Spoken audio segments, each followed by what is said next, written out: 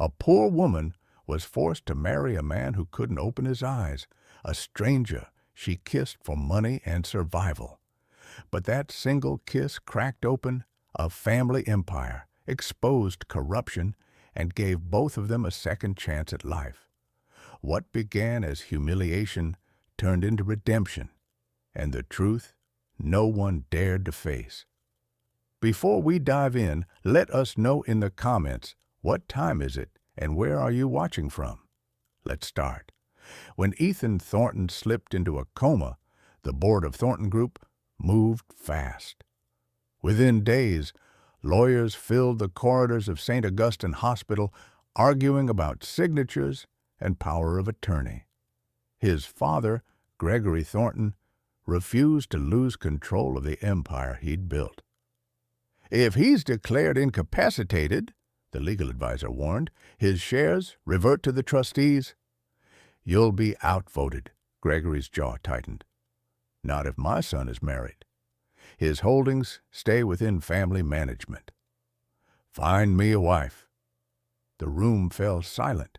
Everyone knew what he meant. Not love. Leverage. 2 weeks later, they found Naomi Brooks, a nurse's aide who wiped floors more than she touched patients. She was known for quiet diligence and for the debt notices that came with every paycheck. Her mother lay in another wing of the same hospital waiting for surgery no insurance would cover. Clara Evans, the family's PR head, approached her during a break. "You're in a difficult situation," Clara said, sliding a folder across the table. "A simple ceremony. You sign, pose for one photo, and we pay every bill. You walk away." Naomi stared at the legal paper. "You want me to marry a man who can't even say my name? Think of your mother. It's not marriage, it's paperwork, and the kiss, a formality." Symbolic, Naomi pushed the folder back. "It's wrong." Clara's voice cooled. "Then your mother's file will be closed by morning." That night, Naomi sat beside her mother's bed, listening to the oxygen machine hiss. The older woman smiled weakly. "You look tired, baby." "I'm fine." "You found extra work?" Naomi lied. "Something like that." She signed the next morning. The ceremony was scheduled for Saturday. Ethan lay motionless beneath white sheets, machines humming rhythmically. His face looked peaceful, too perfect, like marble carved for display. Naomi entered wearing the borrowed gray lace gown, 3 sizes too large, pinned at the waist. She had never worn anything so elegant and hated every thread of it. Gregory waited near the window, silver cufflinks flashing. "Let's keep this efficient," he said. "No theatrics." Naomi met his eyes. "You're making me kiss your unconscious son." He turned away. "You're being compensated." "Compensated?" She almost laughed. "You mean bought?" His tone sharpened. "Mind your language.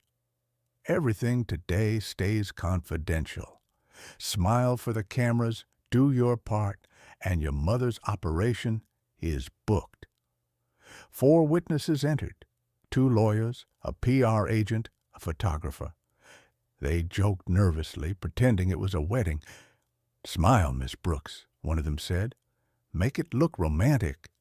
She wanted to spit, but she stood beside Ethan instead. His hand was cold. A small card near the bed read, "Patient, E. Thornton, head trauma, vegetative state." The words felt like a sentence carved into stone. The chaplain recited mechanical vows. "Do you, Naomi Brooks, take Ethan Thornton to be your lawfully wedded husband?" She hesitated.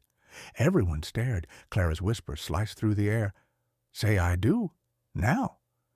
Naomi forced the words out. "I do." The chaplain turned to the motionless man. "And do you, Ethan Thornton?" Gregory interrupted. "He does." A few papers rustled. A pen scratched her name beside his. Cameras clicked. Someone even chuckled. "Well, that's commitment." Naomi's chest tightened. She wanted to run, but Clara gestured sharply toward the bed. "The kiss," she said. Naomi froze. "Must I?" "It's required for the image." She leaned forward. Every laugh behind her felt like a blade. One man whispered, "This is absurd." Another snickered, "At least she looks devoted." Naomi ignored them. Her hand shook as she braced herself on the edge of the mattress. Up close, Ethan looked human again. Stubble on his chin, faint freckles near his temple, lips slightly parted. She whispered, "You don't know me, and I don't want your money. But I need my mother to live. Forgive me." Her eyes burned. "They think this means nothing. I hope you'd hate it too." Gregory's voice cut across the room. "Get it done." Naomi inhaled, trembling. "All right then." She closed her eyes, leaned down, and pressed her lips softly against his. The room erupted with sound. Camera shutters, a nurse's gasp, a sharp beep, beep, beep that didn't belong to any rhythm they'd heard before. Naomi jerked back. Ethan's monitor flashed red. His pulse spiked to 120. "What happened?" someone shouted. "Did she touch something?" "I didn't!" Naomi cried. Doctors rushed in. One checked the wires. Another examined the patient's pupils. The monitors calmed again, but a buzz of disbelief filled the room. Gregory barked, "Silence!" "Not a word leaves this floor," Clara whispered. "What if the media hears?" "They won't." His eyes darted toward Naomi. "And she'll remember her contract." Naomi's heart pounded. She looked at the man she'd just kissed, his face unchanged, yet somehow different. For a moment, she could swear she'd felt him breathe against her mouth. She stepped back slowly, hands shaking. The laughter had stopped. No one dared speak. Only the monitor's faint blip echoed through the sterile air, steady and alive. That heartbeat, so small and unexpected, shattered the silence, and the lie they'd all agreed to live by. For the next week, Naomi lived on borrowed hours. Each morning she was escorted through the back entrance of St. Augustine's, signed into a visitor log, and led to Ethan's room. Cameras waited outside the door. Gregory called it brand recovery. "Smile for 10 seconds," Clara whispered on the first visit. "Then hold his hand." People love devotion. Naomi bit her tongue. People love lies more. "Watch it," Clara hissed. "You're being paid to look grateful."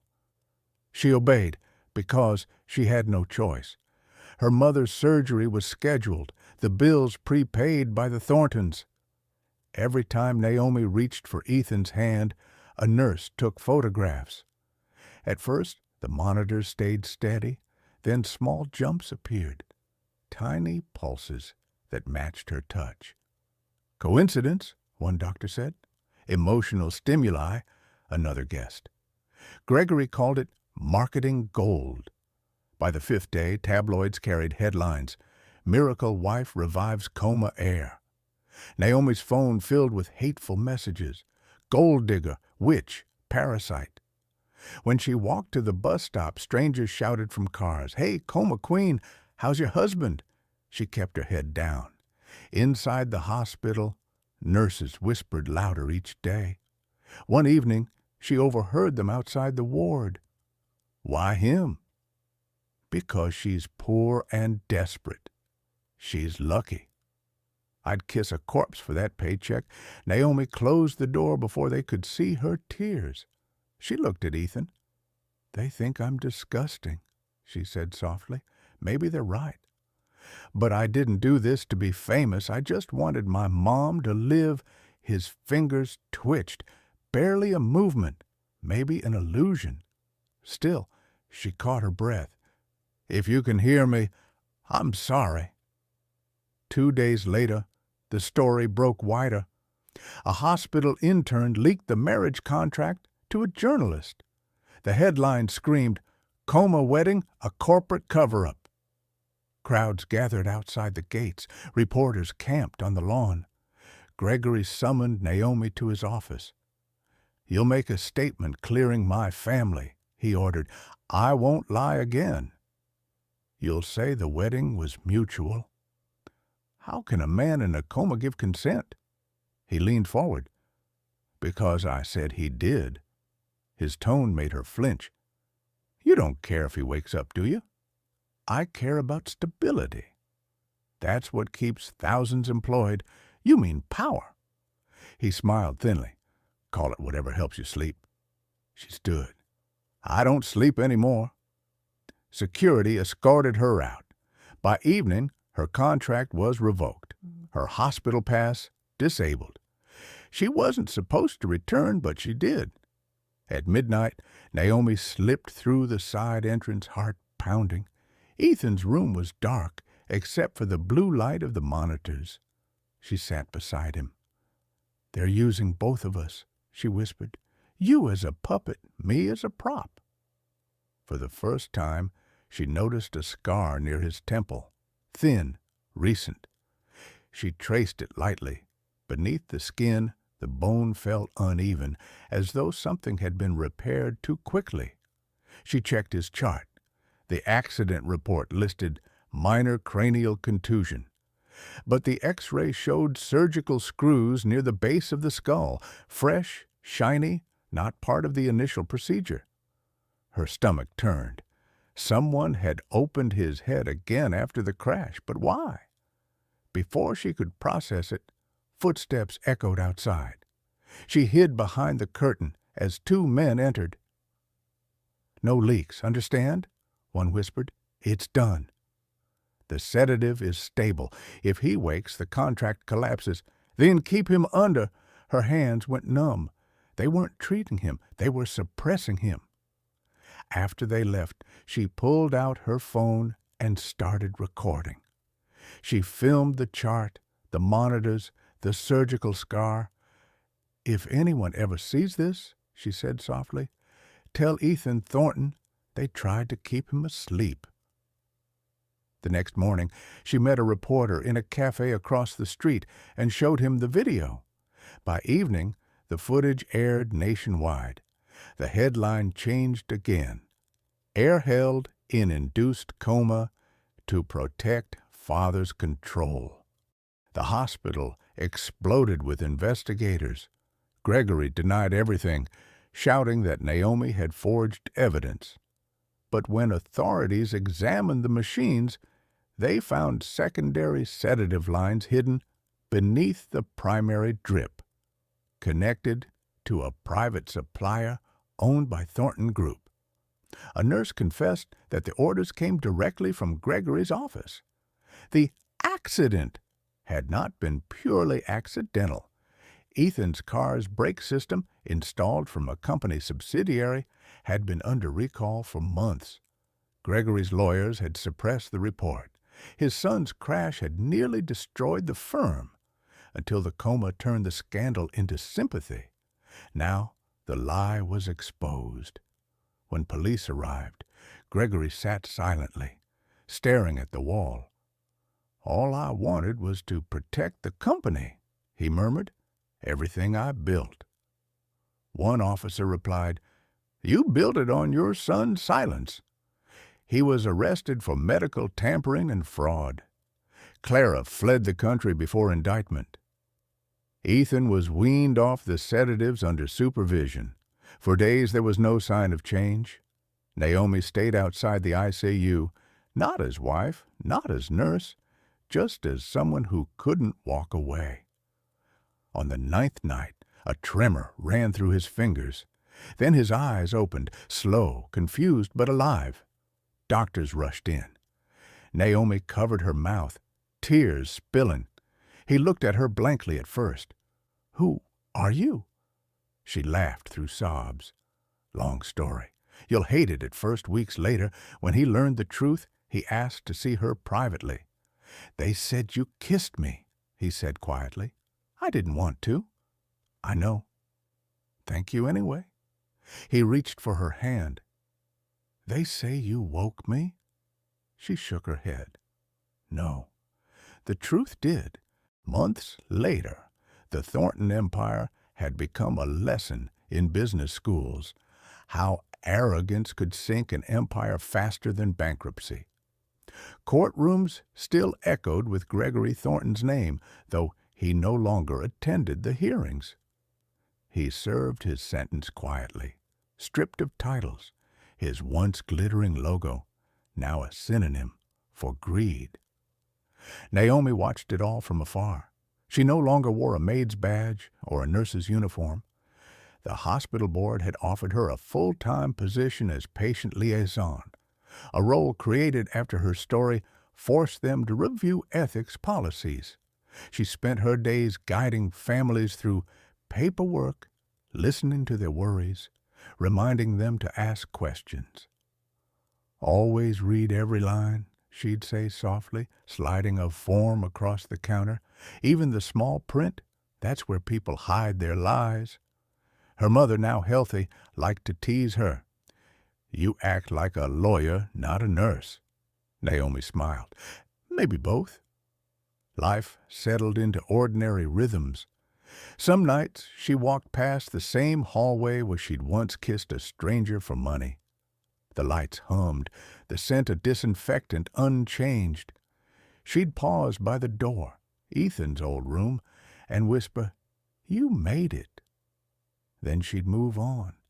Ethan, meanwhile, rebuilt himself from the wreckage. The inheritance he once dreaded had vanished, but freedom had taken its place. He donated what remained of his trust to victims of the company's fraud. "My father's name hurt enough people," he told reporters. "Let mine fix at least a few." When he first asked to see Naomi again, she refused twice. "I don't want another spotlight," she said. He answered, "Then let's meet in the dark."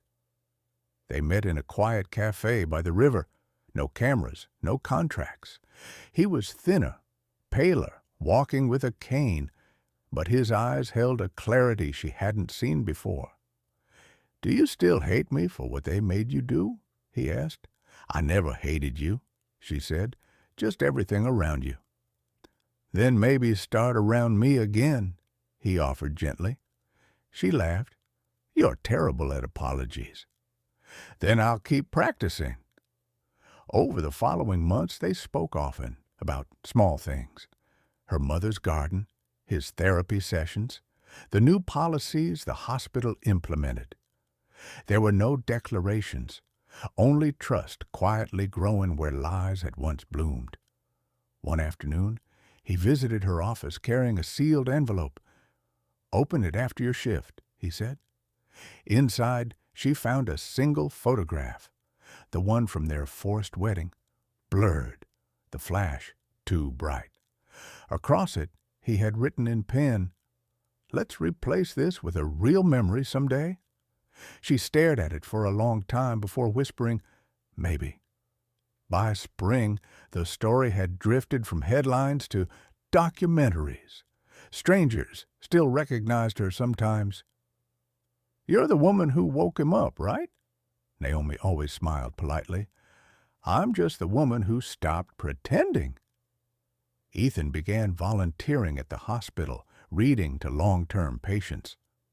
When Naomi passed by, he'd greet her with a grin. "Still refusing fame?" he teased. "It's unnecessary. Are you still chasing it?" she asked. "Yes, but only yours." She'd roll her eyes, but never told him to stop. One evening, near sunset, he found her in the garden outside the recovery wing, the same place they'd first spoken freely after the trial. He said quietly, "You know what's strange? The kiss that ruined us both ended up giving us our lives back?" She nodded. "It ruined the wrong things?" "Like what?" "Fear. Silence." He took her hand, their fingers intertwining naturally this time. "No cameras," he said. "No witnesses." "Good," she replied. "I want this one to belong to us." He leaned closer, hesitant, seeking permission. She met him halfway. The kiss was simple, human. Nothing to prove, nothing to hide. When they pulled apart, the hospital lights flickered on behind them, soft and steady. For once, Naomi didn't feel like an outsider inside those walls. She felt like someone who had finally reclaimed her name. Her mother used to tell her, "Truth always costs, but it pays in peace." That night, as she walked home beside Ethan, the city humming quietly around them, Naomi realized peace wasn't silence. It was honesty shared. She never called what happened a miracle. She called it correction, the world setting something right by accident. And in that correction, two people who had started as evidence of exploitation became witnesses of recovery. It wasn't the kiss that changed everything. It was what came after. The courage to stay when the world wanted her gone, the strength to forgive without forgetting, and the choice to build love not from wealth or pity, but from the wreckage of truth. Sometimes the world calls it a scandal, when it's really a rescue.